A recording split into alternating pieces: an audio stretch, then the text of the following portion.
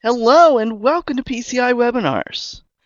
Today's webinar, the best of 2019 and most anticipated of 2020 comics and graphic novels with Amanda Jacobs-Foust. Amanda is a librarian and trainer who speaks frequently at national and state conferences on a wide range of topics such as ebook management, grant writing, website evaluation, and content curation, including social media. Amanda is a dedicated comics reader and co-hosted and produced the popular In the Library with a Comic Book podcast with Jack Bauer of the Berkeley Public Library. Coming to you now, it is Amanda Jacobs-Foust. Good morning, everyone. Thank you for joining me.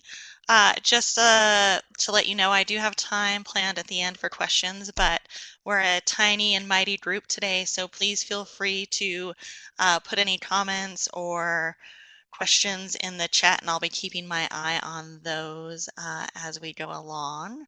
In addition to what Anne covered, I'm also a librarian with Douglas County Libraries. I'm an editor with No Fly, No Tights.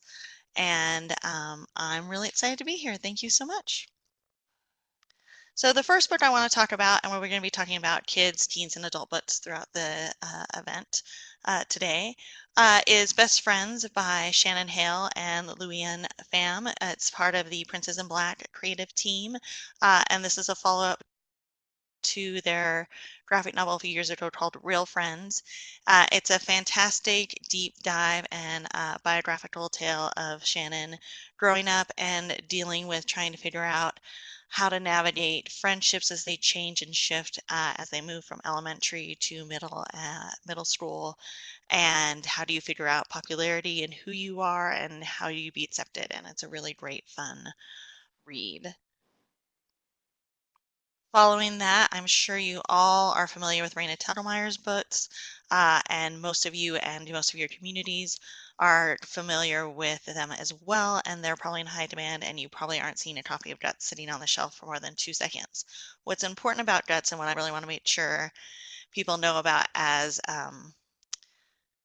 it gets longer and longer shelf life, is that it's really a deep dive into Raina's experience with anxiety as a older elementary and younger middle school child, dealing with the unexpected fears. She has this deep-rooted fear of throwing up or vomiting in public that drives her to develop other issues. And then there's just some other things going on with her life and dealing with going to therapy for the first time and how to share that and talk about that with other people in her community. And so I think it's a really important book to know about in terms of Reader's Advisory going forward. That's has a little more depth than I think that people would anticipate, even though she does do some deep dives into some of those hard topics in her other work, um, especially grief with ghosts. But I think it's really important to know that that's a big part of what the book is if you haven't had a chance to pick up a copy yet and read it yourself. Moving on, Hicotia is a really great book. It's by Lorena Alvarez. It's a no-brow book. It's beautiful and gorgeous. It's a follow-up to the Nightlights book from a few years ago. In the book, the protagonist Sandy is on a field trip when she stumbles into this mystical turtle shell, and they go on this adventure together. And there's a lot of talk about environment and taking care of the world, and it's really a delightful, quick read. If you haven't read oh, I forgot the name of the first book. The Midwinter Witch is the follow-up to Witch Boy is the first book, and the second book is Hidden Witch. This is a great series. This is the finale to the trilogy. In the book, Aster lives in this kind of magical world that situates itself within the real world. In his magical world, all the men grow up and become shapeshifters, and all the women become witches. But every once in a while, there's someone like Aster who is a boy who is not a shapeshifter but is instead a witch. And so the first two books deal with him coming to terms with that and fighting for the ability to study as a witch. and challenge the norms of his society. And so this is the final conclusion of that, and it's a really great read. Mighty Jack and Zeta the Space Squirrel. This has been a long ongoing series by Ben Hatke. Zeta the Space Squirrel is a adventure, and Mighty Jack really leans heavily into mythology and fables around Jack and the Beanstalk. Their worlds have now collided and they are working together with their communities to save the world. It's also notable that one of the characters in Mighty Jack, the little sister Maddie, I don't think it's explicitly stated in the text, but it is covered or strongly implied that she is a mostly nonverbal autistic uh, girl. And so and that's portrayed in a way that's been really well received in the series. Stargazing is Jen Wayne's latest book, and it's the story of two friends. They are very different, even though they live in the same community. Christine is very traditional Chinese American. She's studying the violin. She's taking all of her studies very seriously. She's very ambitious and motivated and supported in that in her family. Her new friend Moon is much more impulsive and artistic and isn't follow societal norms as much. And part of what makes her special, or what they think makes her special, is that she has these different visions and views on life. And then it turns out, and this is kind of a spoiler, that she actually has a medical condition that's affecting her and that she has to get treatment for. And it's actually based on, I did not know this until I read it myself, Jen Wayne's own experience as a child where they discovered a brain tumor and she had to be treated for it.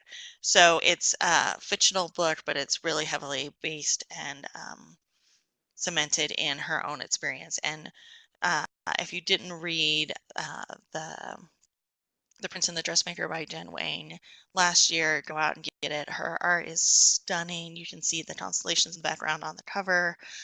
It's just a really uh, lovely book. This book is a really lovely book that's a testament to friendship and learning how to embrace each other even when you're very different.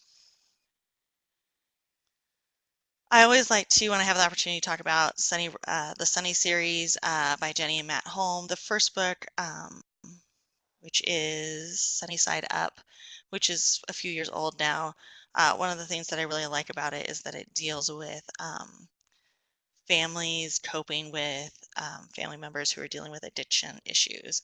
And that kind of sets off the whole series where Sunny has to leave home and go live with her grandfather while in his retirement community in Florida, while her parents are dealing with addiction issues with her brother, and it's become unsafe for her to stay home. And that relationship with her brother is a through line that carries through all the books. What's great about Sunny Rolls the Dice, and there's a middle book called Swing It Sunny, is that kind of like Shannon Hale's Real Friends and Best Friends, it's dealing with that same age group where you're trying to figure out what's cool and what's not, and it takes place in the 70s, and should she be getting the, Jordache jeans, and should she be doing all these things, but she's also found this world and discovered Dungeons and Dragons, and so she's in this pull between embracing her Dungeons and Dragons friends and who she identifies with, who she really is, with the societal expectations of the friends that she's always had. So it's a great read for that alone. The Tea Dragon Festival, this is also a no-brow book. Oh no, maybe it's not no brow, but it's in that same big format that No Brow is and Nightlights is. It's a follow-up to the Tea Dragon Society. It's absolutely gorgeous. There's a huge range of diversity depicted in the books, and most notably in this book, the entire community knows and uses sign language, and so that's a really nice touch to the book. And there's a lot of reasons to talk about this book. These are just delightful books, both Nightlights and the Tea Drawing Festival, to me, kind of, as someone who grew up in the 70s, represent the best of those large format golden books that we would kind of pick up at the grocery store all the time. Uh, I'm going to move in from kids to teens. Does anybody have anything they want to comment on, a title that they think was worthy for inclusion that wasn't talked about, or any questions about what we've done? All right, well, I'll keep an eye on the chat. And this is Bloom. Bloom is my favorite book of the year. It's gorgeous. It's all told in this blue palette. It's a first second title, and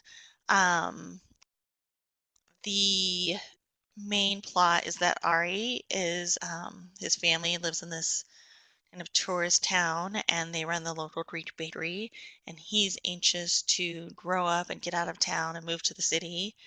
And his parents agree that that is um, something he can do if he gets someone to replace him to work in the bakery. And so then that means that he meets Hector. Hector is in town.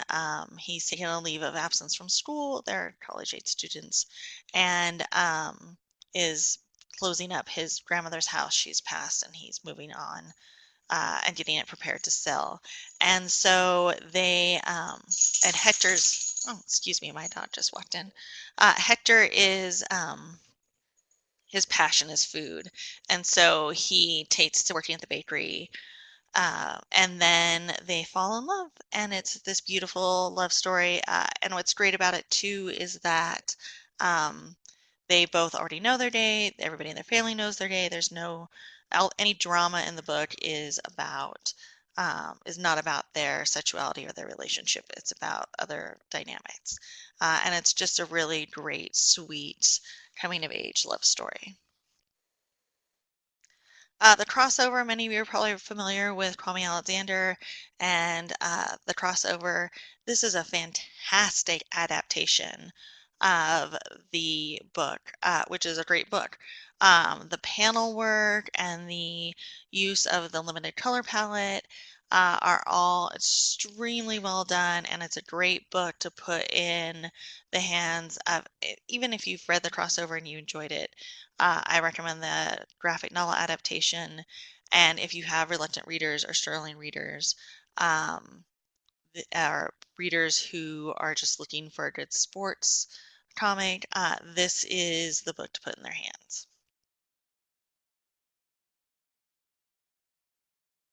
I feel like maybe I'm not seeing the chats for everyone. The next book I'm going to talk about is Genderqueer. This book, depending on your community, you might want to consider for adult. And for all of these recommendations, I do live in a semi-urban environment, and I do, so you might want to look around and see where else your other libraries and communities are putting these titles. But Genderqueer is, I think, a really important book, and I expect to hear a lot about it as lists come out talking about best of books. The author is Maya Kobabe, and they use the pronouns e, m, and er, and which is different than they and them. And she, excuse me, A started this autobiographical comic to convey to Er's family their gender and how to talk about it. Becca is saying Genderqueer is lovely, powerful title that I recommend to my patrons quite often. And she's absolutely right. It's really, I learned so much from this book. It's not particularly, I mean, I wouldn't say there's anything graphic, but there are a couple of sexual scenes that you might want to check out depending on your community. But I think this is a very powerful book that's going to have a lot of resonance for a long time within our communities.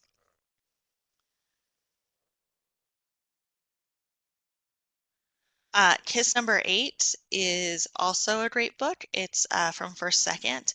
There are a couple of things that I really love about this book.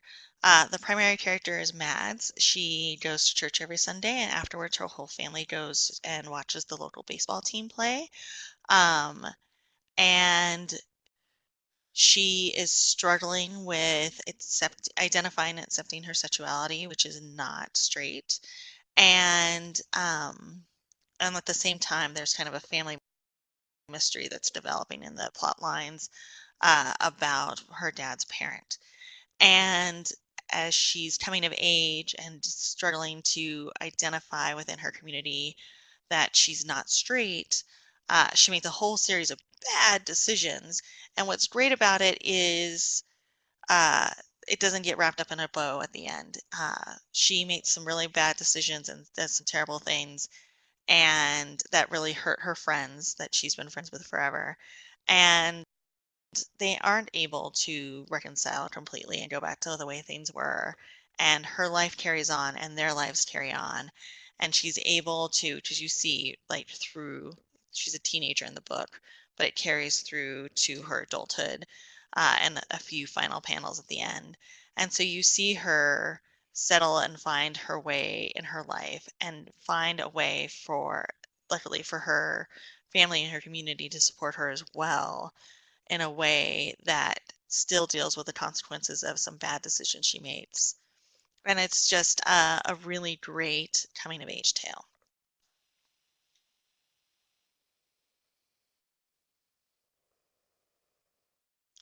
And another really great coming of age tale is Mariko Tamaki's Laura Dean Keeps Breaking Up With Me, which I admit I have a soft spot for because it takes place in Berkeley and I'm originally from the Bay Area. Um, but it's takes place in Berkeley. Frederica Riley is the main character. She has this tumultuous on off again relationship with Laura Dean. And Laura Dean is a terrible girlfriend. So then she's trying to cope with this on off again relationship while her best friend is also struggling with some things.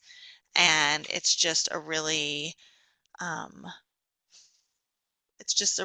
delightful dive into the complications of relationships when you're in high school. The Magnificent Ms. Marvel. If you did not know, Ms. Marvel has a new creative team. The author is Saladin Ahmed. He wrote a book last year called Abbott, which is great. If you haven't seen Abbott, it takes place in 1970s Detroit with a black news photographer who stumbles onto this whole other world and has to figure out how to document it. And she's a great hard read, and she's very noir, and it's a really great book. If you haven't picked it up, do so. He's come on to Ms. Marvel.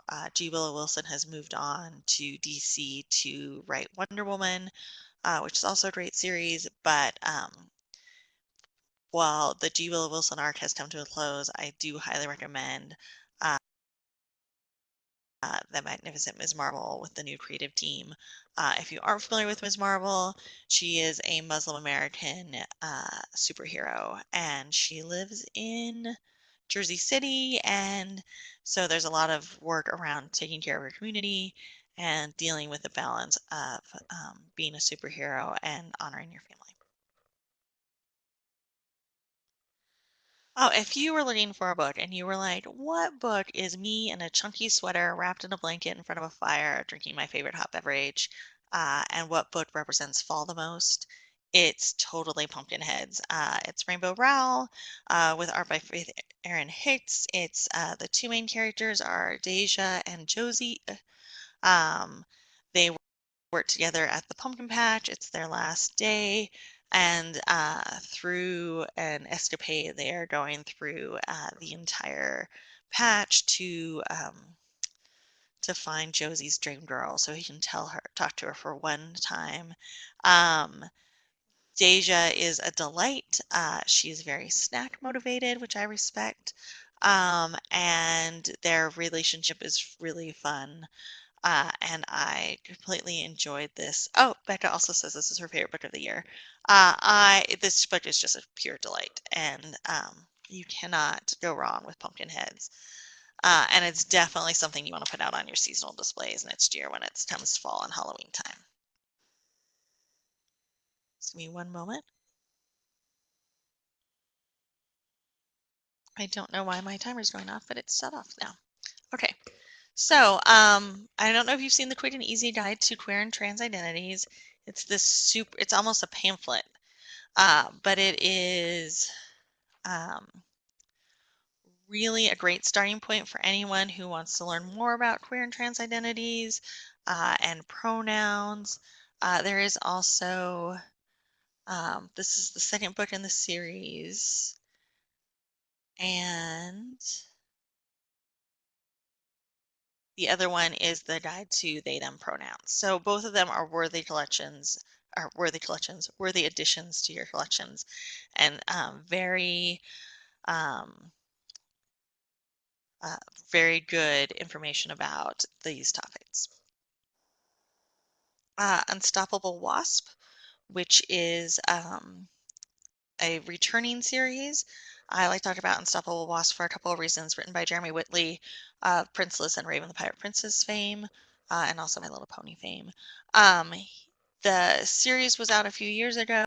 It was canceled by Marvel really early on before it was even in trade paperback. Uh, and it's very STEM based. The main character is Hank Pym's daughter, and so she has come to America from Russia. She's part of the science division of the Red Room, which is what I just forgot Black Widow's real name, Natasha Romanoff, went through, and she has come to the U.S. and she's putting together a team, and they're creating a lab and so it's all very science driven and STEM driven, and there's real life interviews with different women scientists in the back matter of each of the trade paperbacks. So Marvel canceled it. It came out in trade. It did so well in comics or in libraries and bookstores that Marvel came back around and asked them to restart the series. And they came back for about 10 or 12 issues. And that's what's come out in the last year. And so there's still this deep dive into STEM. That one of the characters has cerebral palsy, and then in the last final volume that just came out, Girl versus AIM, uh, Nadia is dealing with being diagnosed with bipolar disorder. So it covers a lot of different topics. Melissa says, I loved Unstoppable Wasp, waiting to get my hands on the second run. It's fantastic. You're going to stay up late reading it one night. Like I recently did. So yeah, I can't recommend it enough, and it's a really great teen title that's science-based and science-driven for everyone, but girls in particular. And I'm going to move into adult titles. Does anybody have anything they want to talk about from kids or teens before we move in?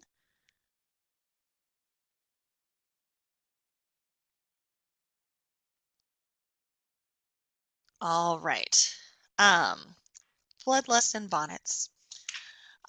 The author is Emily McGovern. She is the award-winning author of My Life as a Background Slytherin. My friend Rachel Talpers at the Highlands Ranch Library here in Douglas County describes this as a romp, which is pretty much the perfect description. It's based on a webcomic. It's a Regency story. The year is 1820. Lucy is the primary character. Um, there's vampires, um, which is the main thing, and then the character here on the left, that's Lord Byron, and he is a delightful idiot, and it will take you no time at all to devour this book, and it is just a fun, quick read. But downshifting from that is a fire story. This is about the Paradise Fires from 2017. And The author, it's his firsthand account of how his house and his community was completely devastated by the fire.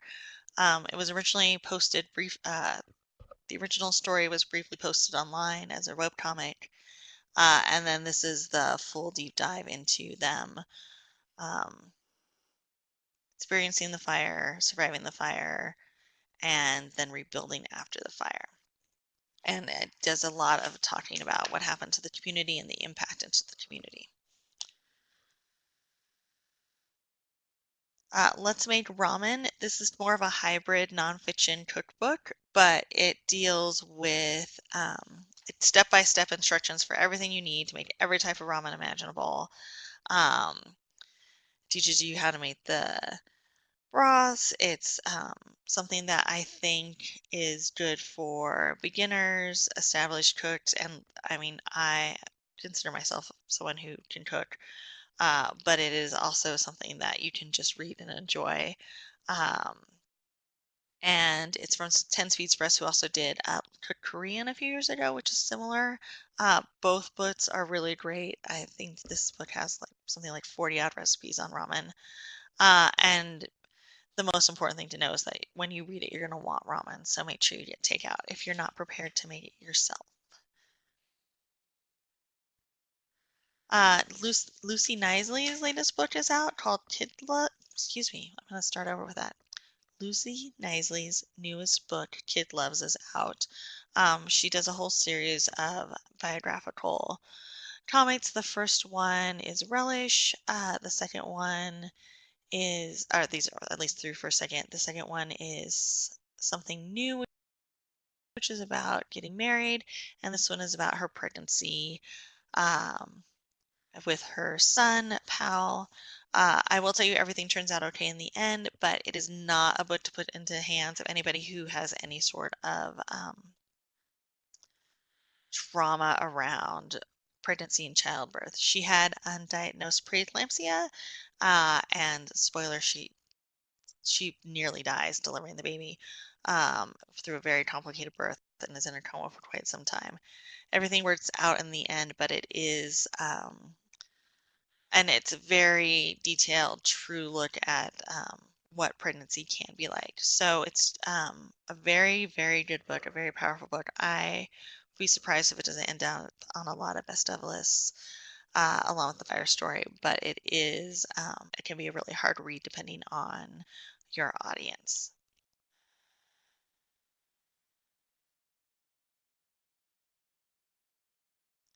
I Know What I Am. This is the graphic biography of a woman painter, Artemisia, which I may be mispronouncing, forgive me. It takes place in 17th century Rome. She has to deal with a lot of sexual harassment. It is based on a true real life story of her and her working with um, famous painters and working in a society that does not accept her and her art. It's a very, very powerful reading. And one of the things that I really love about it too is the artwork is all done in ballpoint pen, which you don't see as often in published work, but is a really wonderful way of conveying the medium. And Mr. Miracle is also on my list.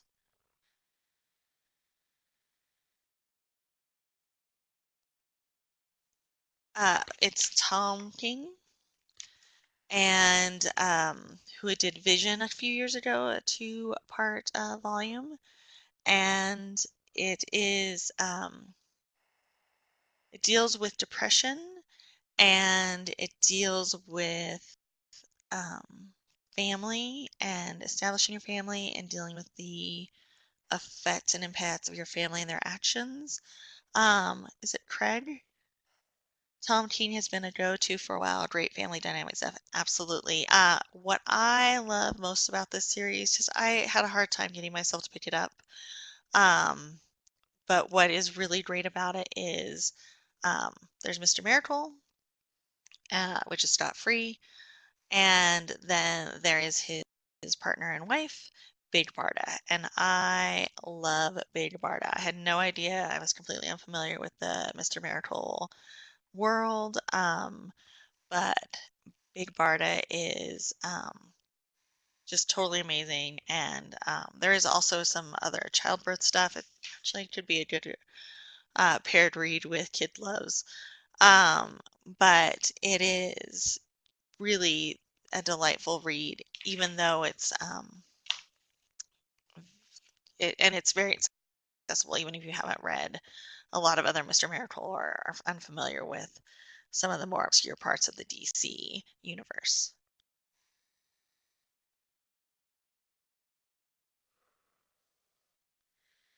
And then we have Showtime at the Apollo.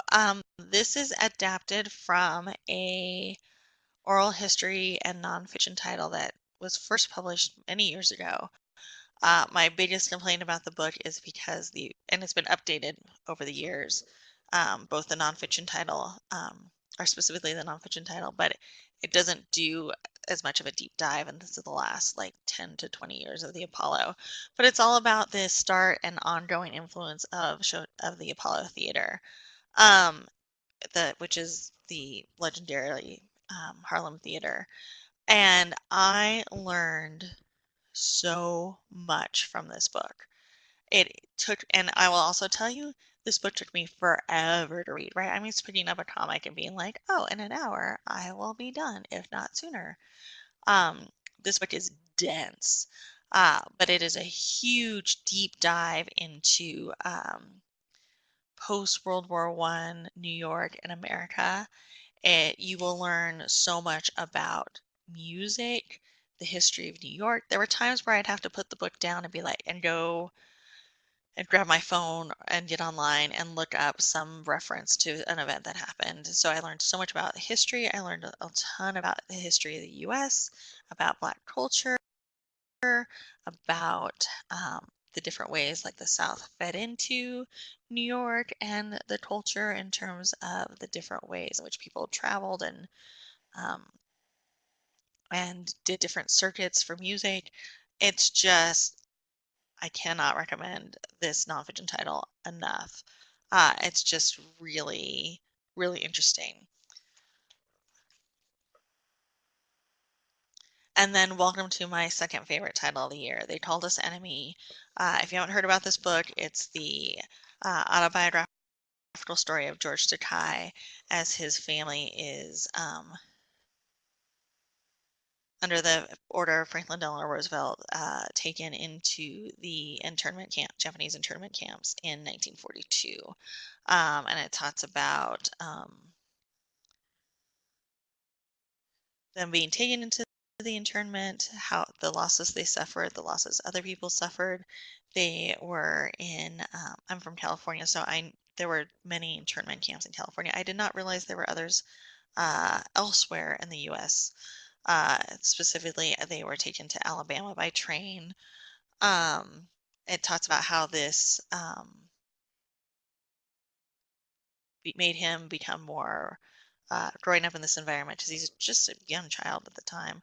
But how this influenced his political activism and how to reconcile or to struggle to reconcile the actions of your country um, with living in and loving and fighting for it. And it's extremely well done and extremely powerful. Um, I can't recommend it enough. I also think it's a really great read with T. Bowie's The Best We Could Do, which is her family story of um, it's a multi-generational story of her family in Vietnam and then having to flee at the end of the Vietnam War via boat and then immigrate to the U.S. Very, very good, very powerful books that you're going to want to have on your shelves for a long time. And then we're going to move into kind of the most anticipated books of the year of upcoming 2020. Does anybody have anything they want to comment on before we move on to that? Anything you loved or want to talk about from 2019?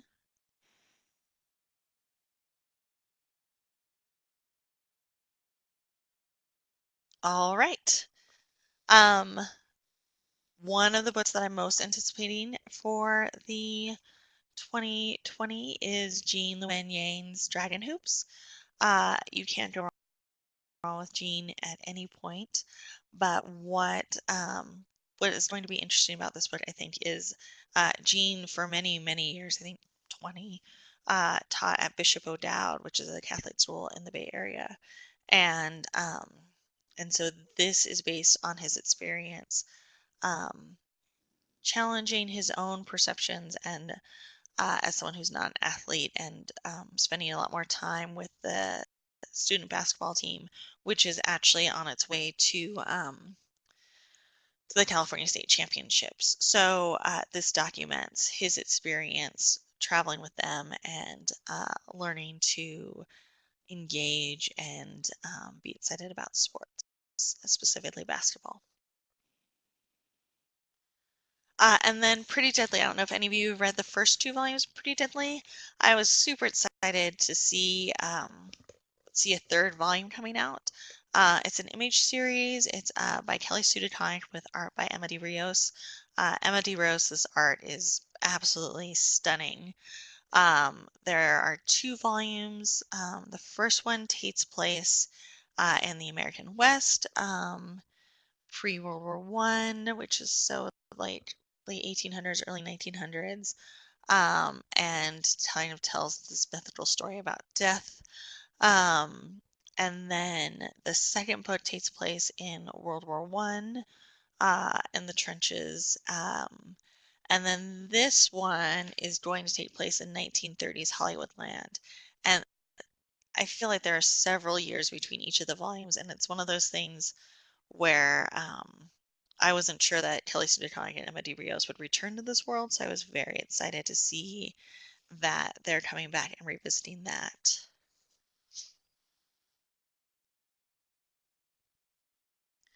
This is my number one most anticipated book of the year for 2020, Kent State, Four Dead in Ohio. It's by John Backdorf. If you're not familiar with John Backdorf, he's done a number of great works in the last 10 years. The first is Punk Rock and Trailer Parks, which is a coming of age tale of a high school kid in Ohio who has to decide whether or not he's gonna, he's this punk rock kid who works at the local punk club, and so he gets to engage with all of these traveling artists, including the Ramones and the like of them. And he's kind of the big fish in the small pond, but he has to decide if he's going to leave and pursue other opportunities outside of his hometown.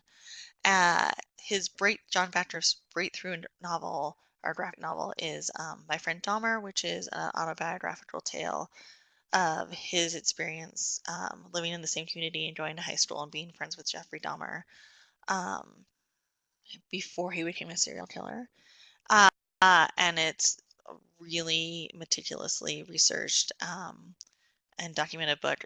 Backdorf is a former journalist and political cartoonist, so he brings really great amount of thoroughness and detail to his work. If you read My Friend Dahmer, if you haven't already, read it. There's nothing graphic in terms of he doesn't depict any of the violence that Dahmer committed, but it is a book. It's very creepy, and it's a book to read in full sun during the day with the lights on. And there's a movie adaptation that's pretty good. That is the same thing. Don't watch it right before bed in the dark. Watch it in the day with all the lights on. And then he also did Backdorf worked as a garbage man during college, and so he does. A few years ago, he had Trash, which was a really good book that talks about his experience, but also how we specifically in the U.S. deal with our or don't deal with our trash. And so he's doing Kent State. If you are unfamiliar, in May of 1970, the Ohio National Guard gunned down unarmed college students protesting the Vietnam War at Kent State University. 4 students were killed, 9 were shot and wounded. Um, John Backdorf was a 10-year-old at the time, and the guardsman had been patrolling his hometown the week before the governor had sent the National Guard in to stop a trucker strike. So it's something that I'm really looking forward to seeing. I know he's been working on it for a long time and been doing a really deep dive into historical research. So I think it'll be a really good read.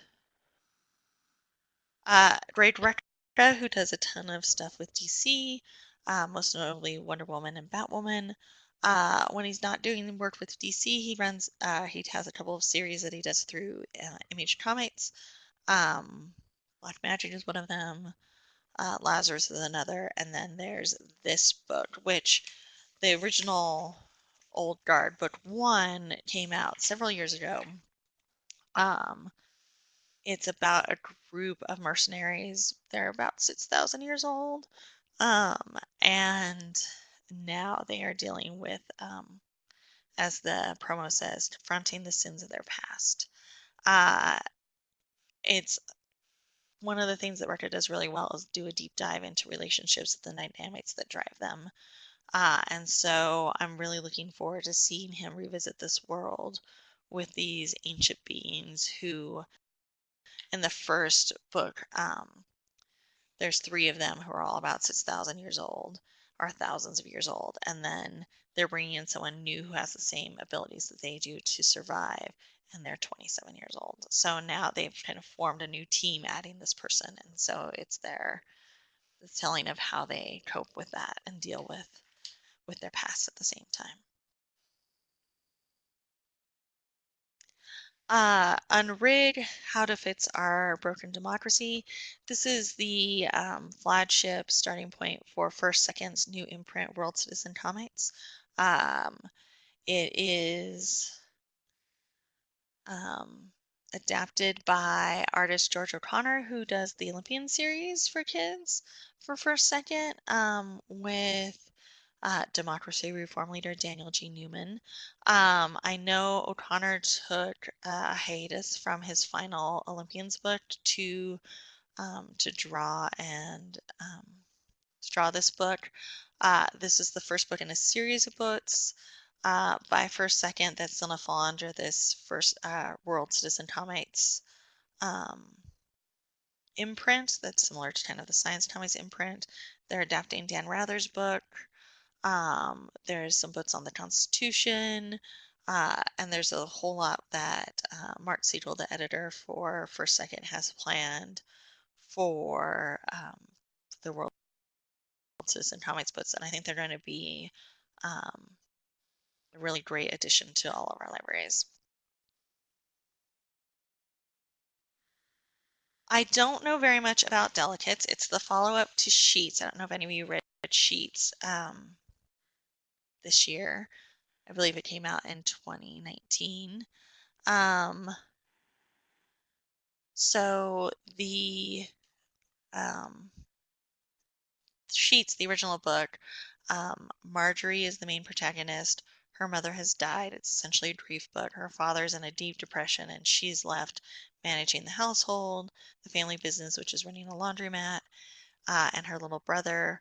Wendell is a ghost in this world. Ghosts are a known thing, but Wendell is having trouble processing his own death. They discover each other and find a way to deal with their grief. The follow-up is coming out in August 2020. I thought of Sheets as a standalone, so I'm really interested to see where they take the story now. And it looks like it's due out in 2020. And I don't know if you read the beautifully illustrated brick that was My Favorite Things Monsters. Volume 2 comes out in September of 2020. The lead is Karen. It takes place in Chicago. There's a lot of political work happening in the background. She is also, Karen specifically is dealing with her sexual identity, and she has a neighbor who has recently died under suspicious circumstances, and so they're trying to figure out what happens there. One of my frustrations with My Favorite Thing is Monsters. The first volume was they introduced a whole lot, It's a giant doorstopper of a book. And they didn't resolve a single plot line before book 2. So I'm hoping volume 2 delivers on some of the mysteries that were introduced in volume 1. I always like to include some resources. The Comic Book Legal Defense Fund is your friend should you ever have any challenges. The Comic Book Locator Shop, or Comic Book Shop Locator. If you aren't working with your local comic book store, I encourage you to do so. They're wonderful. Diamond Bookshelf is always a great resource. The Eisner Awards, also known as the Oscars of Comics. I've done a lot of work with the Excellence in Graphic Literature Awards, which is Denver Pop Culture Cons Awards. They're starting their 3rd year now. No Flying No Tights, which is a librarian review site by librarians for librarians on comics and graphic novels. And YALSA's Great Graphic Novels for Teens will be coming out in January, and that's always worth a good look. Newsletters, Book Riot Comics, if you're not subscribing to them, I highly recommend it. Almost every week I'm pulling books from their lists and adding them to my read pile. Dark Horse has a newsletter, DC, Diamond I think I have on twice now. Image Comics has a library resources newsletter. Nobrow and Previews is always worth taking a look at. We're coming into the last 12 minutes. Does anybody have any questions? You covered an awful lot there, Amanda. Thanks. Any questions out there? Surely you must have questions or other suggestions. Becca is typing.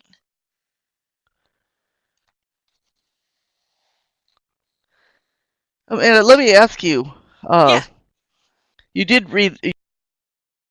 mention a lot of sort of edgy titles. Yeah. How much are these things getting challenged? Is it tough out there, or are people starting to accept this a little bit more? I think people are starting to accept this a little more. That's a great question. I know last I looked, Raina's work is still very challenged, and so is Mariko, who did Laura Dean is Breaking Up With Me. Specifically her This One Summer book is still challenged. But I have to admit I didn't look very closely at the banned books from 2019. Do you have any recommendations for parents that don't think of graphic novels as real books for their children? Yes, there's been a resource that I have been meaning to grab. Let me just go on to the internet real quick and see if I can grab this link really quickly. That's been making the rounds on all of my sites about comics being real reading. I didn't include a ton of information on that Probably in my because you believe it. presentation because I was focusing on um, the best of aspect of it. I do talk about that some other times, and in my next slide I'll have my email. I do follow the kind of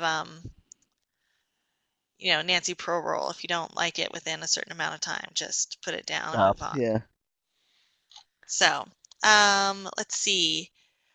For Star Wars comics, I recommend IDW's Star Wars Adventures for Kids. That's a great recommendation, Melissa. Craig D, which I hope I'm pronouncing your name right, I apologize if I'm not, recommends the DIE Volume 1, just came out this year and was a very interesting take on the Jumanji style into the role-playing games world. Characters' special abilities and are based mostly on their flaws. Interesting. I'm writing that down so I can read it.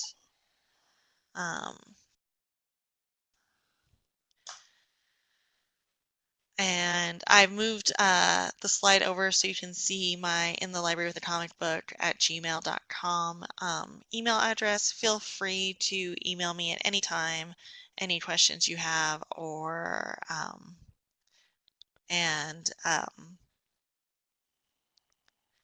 Becca, email me and I will get back to you with that link as soon as I can get my hands on it. Becca's typing one more time. And oh, Becca also mentioned Meg, Jo, Beth, and Amy is a great graphic novel, modernized version of The Little Women. The art is just lovely. Yeah, so Well, email me, follow me on Goodreads. I'm Jacobs-Foust at Goodreads. And I track all my comic reading and all my picture book reading as well there. Amanda, thank you very much. Great presentation. Lots of Thank great you. suggestions. I like the upcoming suggestions too, because it's something to Oh, look good. forward to. And Yeah, you can well, come thank you back so much. at this time next year and tell us how you liked them. I will. Sounds There like a you plan. go. All right. All Take right. care. Well, thank you all for coming, and thank you, Amanda, for putting this together. We hope to see you again soon at another PCI webinar. Have a great afternoon, everybody.